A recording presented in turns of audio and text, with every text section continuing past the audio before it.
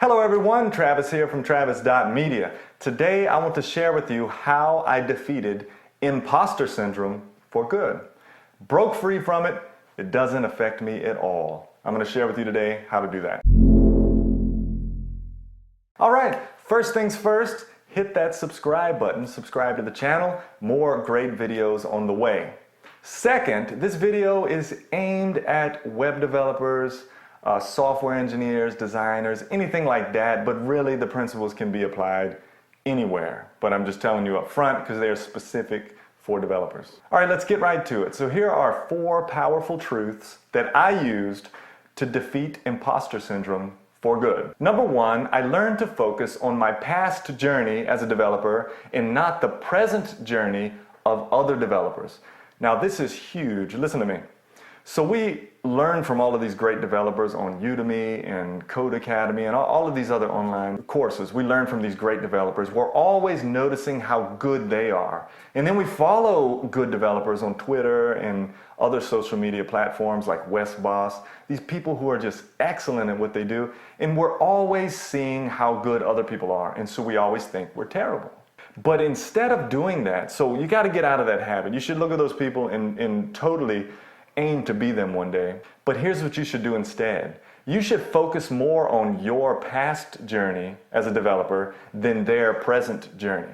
So you should always, whenever you see how great they are, always take a minute to look back and see how far you've come. So if you've learned HTML, CSS, JavaScript, and right now you're learning like React, and you say, man, I'm the worst React developer. I want to be like Wes Boss. He's so good. I'm so horrible. And you start to feel like an imposter. Just think for a minute. Hold on. There was a point in the past I didn't even know JavaScript. I didn't know CSS. I didn't know. Look how far I've come. So look, take the time. This will help you develop confidence in yourself. Take time to see how far you've come and make that more important than seeing how great others are presently. It's a big one. It's a big habit to pick up on, and you should do that continually. Number 2, I realized that I can rely confidently on documentation more than I can my own memory. Now look, I'm 37 years old. I don't have this memory some people have where they see something, they hear something, and they remember it forever. I forget stuff like the same day. You ask me, hey, what'd you think of the new Marvel movie? I'm thinking, which one? Which one was it again? So anyway, that was a big deal to me. It's like, man, I watch people code online and they're just typing all this stuff by memory. Why can't I be that kind of coder? Why am I not better like that? And then I got this new job, right? And this is a job with these great engineers. And I realized, hey, these people are using documentation.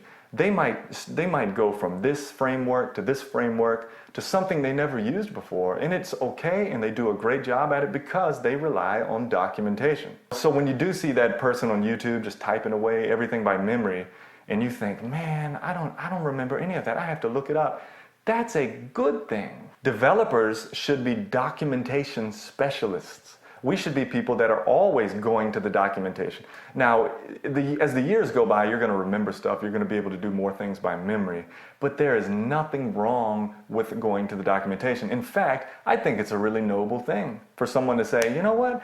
I don't know exactly what that is. Let me look it up and then go to the actual source. Isn't that great? So while I was feeling bad because I didn't remember all this stuff and I was having to look everything up, come to find out, looking up documentation is what software developers do. And so I realized that, hey, me having to look it up is actually a great thing and should be commended. And I should feel good about that because I'm going to the source. Because I don't know it by memory, okay, that'll come, but I'm going to the source for the documentation. And on top of that, I realize I know the fundamentals, I know the syntax, and I know what I'm supposed to be looking for. Someone goes, hey, just do an array merge. I'm like, oh, what was the syntax for that again? I know that, hey, I can go to Google and type in PHP array merge, go to the PHP docs, there it is, I can read it. And if you need some confidence in that, just take that little array merge snippet, like give it to your mom or your sister or something, and say, what does this mean? They're gonna go, is this English? And you're gonna say, okay, I know what that means. And I'm able to look it up in the documentation. So number 2, that was a biggie. I don't have to remember everything. That's not my job to remember everything from the start. Eventually I may.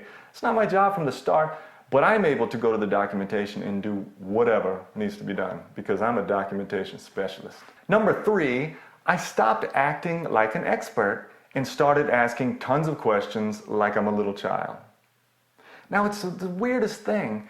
People start learning to code. They learn some HTML, they learn how to style stuff, and all of a sudden they feel like, okay, I'm not supposed to ask questions anymore because people may think I'm not very good, but I'm getting pretty good. And so they quit asking questions, and they're kind of like their own experts.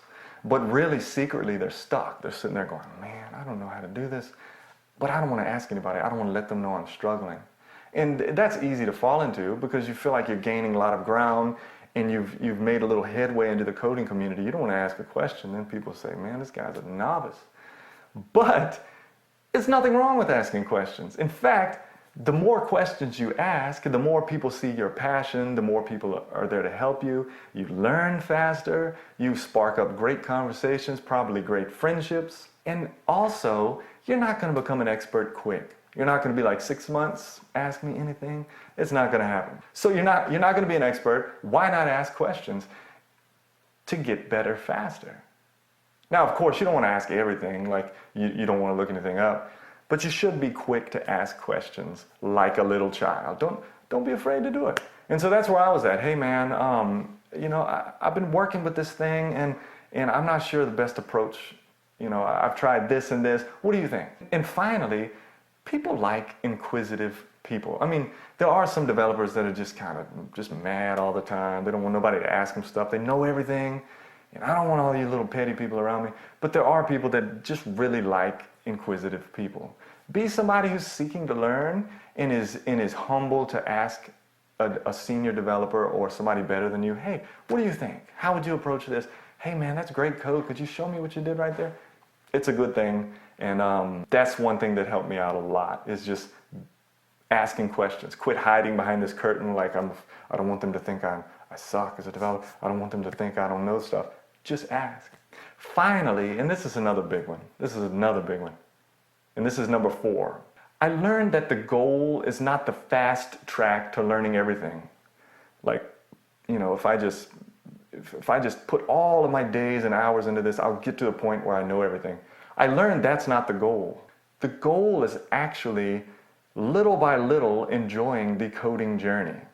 All right, there's no fast track to being an expert. 8 months, I know everything. It just doesn't happen. And if you try to do that, you're going to burn yourself out. You're going to have a horrible time. You're not going to enjoy coding, or you're going to be stressed out or something. But the real goal is just coding is a journey. You're going to always be getting better. Stop trying to be the expert and enjoy the journey along the way. So when you see those super experienced developers doing all this stuff you can't do, hey man, try to be there one day.